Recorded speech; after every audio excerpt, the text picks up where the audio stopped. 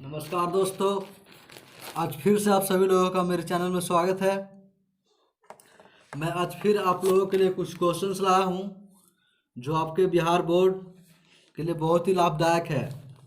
इन questions के माध्यम से आपका एग्ज़ाम बहुत ही हल्का सा हो जाएगा। मतलब कहने का मतलब यह है कि ये वैसे क्वेश्चंस है जो बिहार बोर्ड ने इंटरनेट पर क्वेश्चन जारी किया है, जो आपके बोर्ड में क्वेश्चंस आएंगे उसके आधार पर। तो चलते हैं अपने क्वेश्चंस की ओर बिना टाइम गवाए। यहाँ पर कहता है पहला क्वेश्चन, वनिता में कौन सा स्त्री प्रत्यय है? तो वनिता में कौन सा स्त्री प्रत्यय है? तो जो स्त्रीलिंग में चलता है वो दो प्रत्यय चलता है, टाप डाप। तो इसमें जो राइट आंसर होगा टाप होगा, तो इसीलिए आपका राइट आंसर ये हो जाएगा टाप। तो अब अगले क्वेश्चन जो आपके सामने है, अगला क्वेश्चन में कहता है हन प्लस कत्वा से कौन सा शब्द बनता है?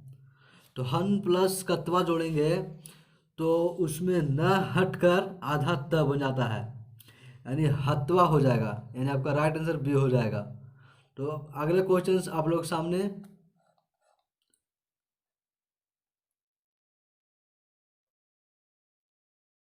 तो देख रहे हैं आप अगले क्वेश्चंस को। अगला क्वेश्चंस कहता है मूल प्लस ठग से कौन सा पद बनेगा? यानी मूल प्लस ठग से कौन सा पद बनेगा? तो आपका जो है देखो, मूल प्लस ठग कहता है तो ल के आगे आ है और ठ के आगे भी है, यानी आ जोड़ के अ हो जाता है। तो यानी मूल प्लस ठग जोड़ के बन जाएगा मौलिका, इसलिए आपका राइट आंसर हो जाएगा ए मौलिका। अब चलते हैं अगले क्वेश्चंस की ओर। अगला क्वेश्चन आप लोग सामने आ रहा है, ये देखिए स्क्रीन पर अगला क्वेश्चन। अगला क्वेश्चन कहता है लोट लकार उत्तम पुरुष एक वचन का रूप कौन सा है?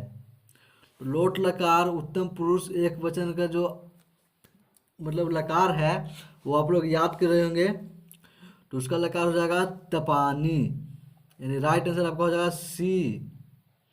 अगला क्वेश्चन, पित्तम इस पद का प्राकृतिक प्रत्यय क्या है?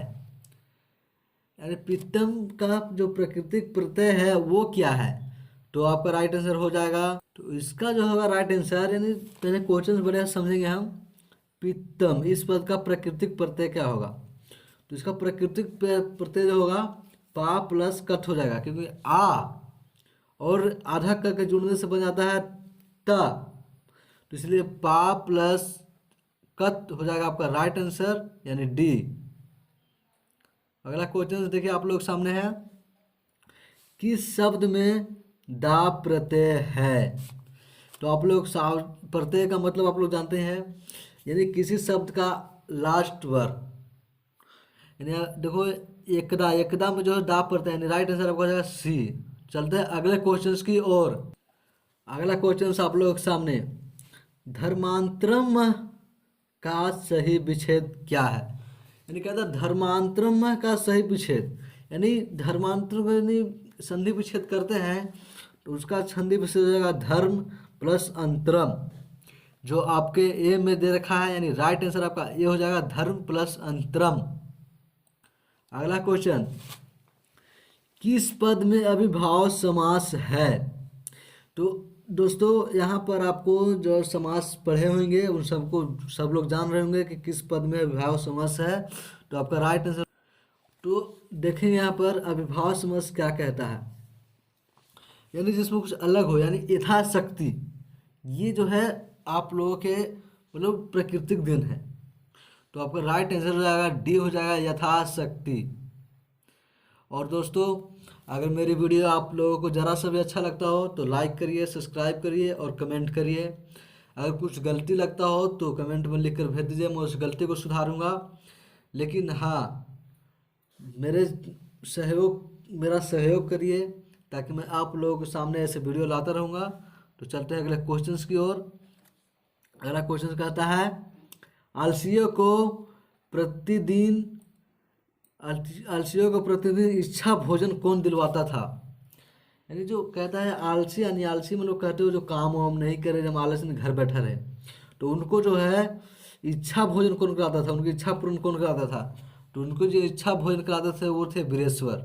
तो आपका राइट आंसर बी हो जाएगा। अब चलते हैं अगले क्वेश्चंस की ओर।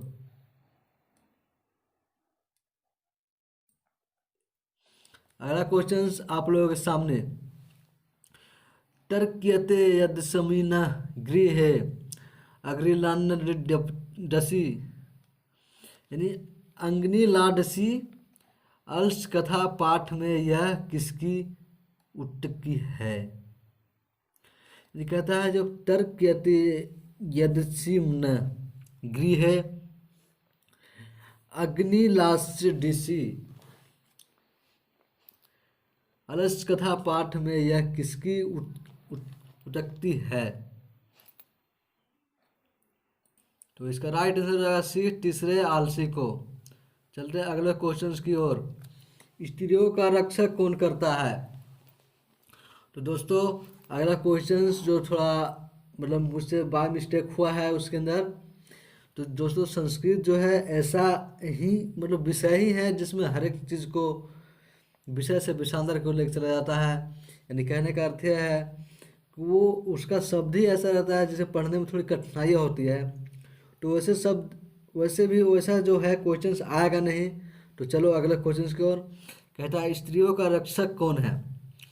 तो स्त्रियों का रक्षक दोस्तों, रक्षक का मतलब उसका हीरो। तो आप लोग जानते ही हैं किसी बच्चे का हीरो टीचर होता है, और घर पर मतलब घर का हीरो मतलब किसी बच्चे का हीरो घर पर पिता होते हैं। उसी तरह पत्नी का जो रक्षक होते हैं, यानी रक्षक यानी हीरो, वो होते हैं पति। यानी राइट आंसर हो जाएंगे ए। तो अगले क्वेश्चंस की ओर। अगला क्वेश्चन आप लोग सामने, याज्ञवल्क्य ने आत्म तत्व की शिक्षा किससे दी थी। यानी कहने का अर्थ है याज्ञवल्क्य जो थे अपनी आत्म तत्व की शिक्षा किसे की थी, यानी आत्मा में जो शिक्षा ग्रहण कर रखा था उन्होंने, वह शिक्षा किसको दिए थे। तो वह शिक्षा जो दिए थे अपने प्रिय मैत्रेयी को दिए थे। तो यानी आपका राइट आंसर हो जाएगा बी, मैत्रेयी को। अगला क्वेश्चन आप लोग सामने, गंगा देवी ने किस महाकाव्य की रचना की। यानी गंगा देवी ने किस महाकाव्य की रचना की उसके बारे में आपको बताना है। तो गंगा देवी जो रचना किए थे वो थे मधुरा विजयम। यानी गंगा देवी जो रचना किए थे उनका नाम रखा गया था मधुरा विजयम। तो आपका राइट आंसर हो जाएगा सी, हो जाएगा मधुरा विजयम। अगला क्वेश्चन आप लोग सामने, अच्युत राय कहाँ के राजा थे।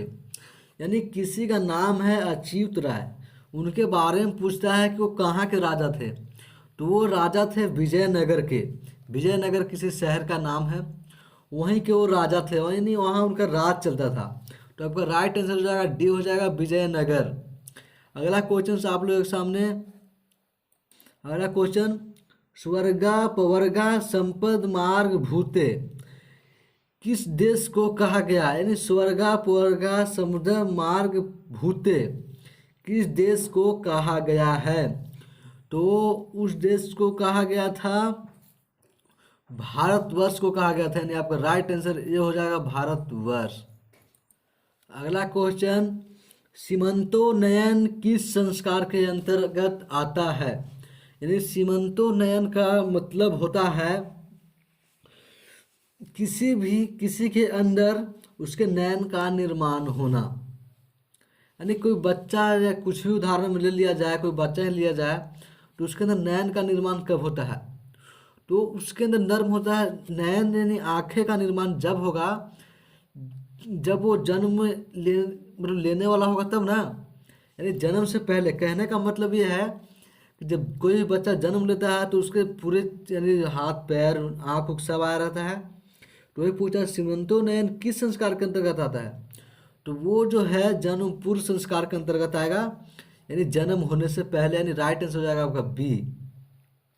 अगला क्वेश्चन आप लोगों के सामने, शैशव संस्कार कितने होते हैं।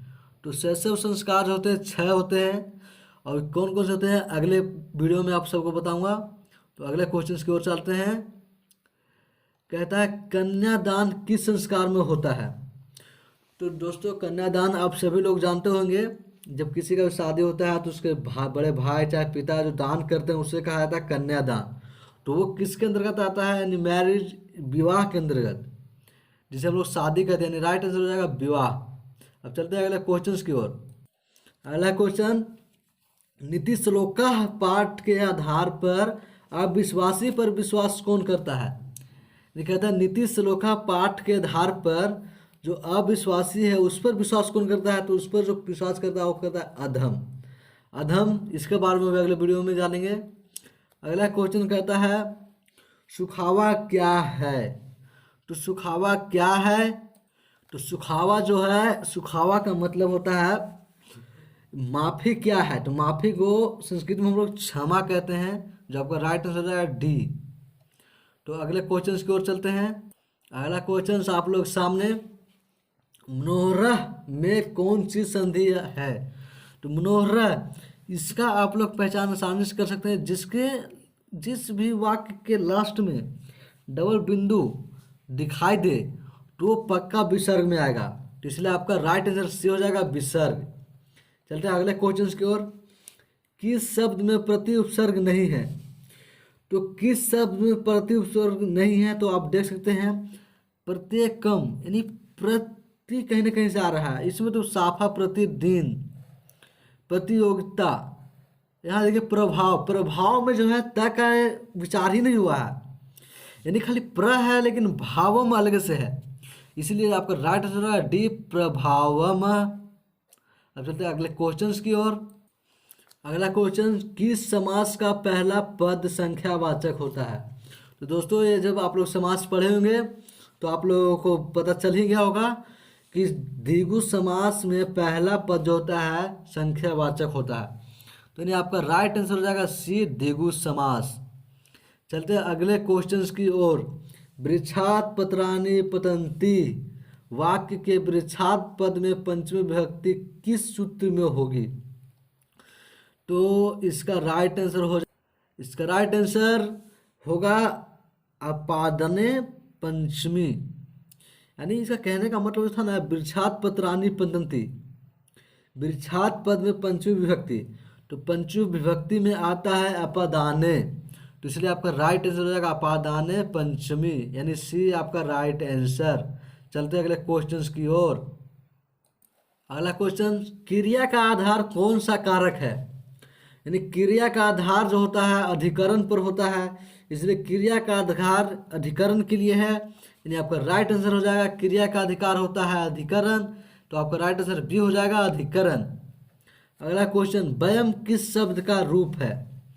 यानी व्यम जो है किस शब्द का रूप है। तो आप लोगों ने अस्मत् रूप पढ़ा होगा, जिसमें आप लोग देखे होंगे व्यम, तो यानी आपका राइट आंसर से हो जाएगा अस्मद। अगला क्वेश्चन आप लोग सामने, ज्योति किस लकार का रूप है। यानी ज्योति जो है किस लकार का रूप है। तो आप ही जानते होंगे कि इसमें लास्ट में सेती लगा हुआ है, यानी सेती, सेता, सेंती जो है आपका रीट लकार में चलता है। राइट आंसर डी हो जाएगा रीट लकार। अगला क्वेश्चन आप लोग सामने, किस पद में कतिन प्रत्यय है। किस पद में कतिन प्रत्यय है। तो आपका हो जाएगा राइट आंसर गति।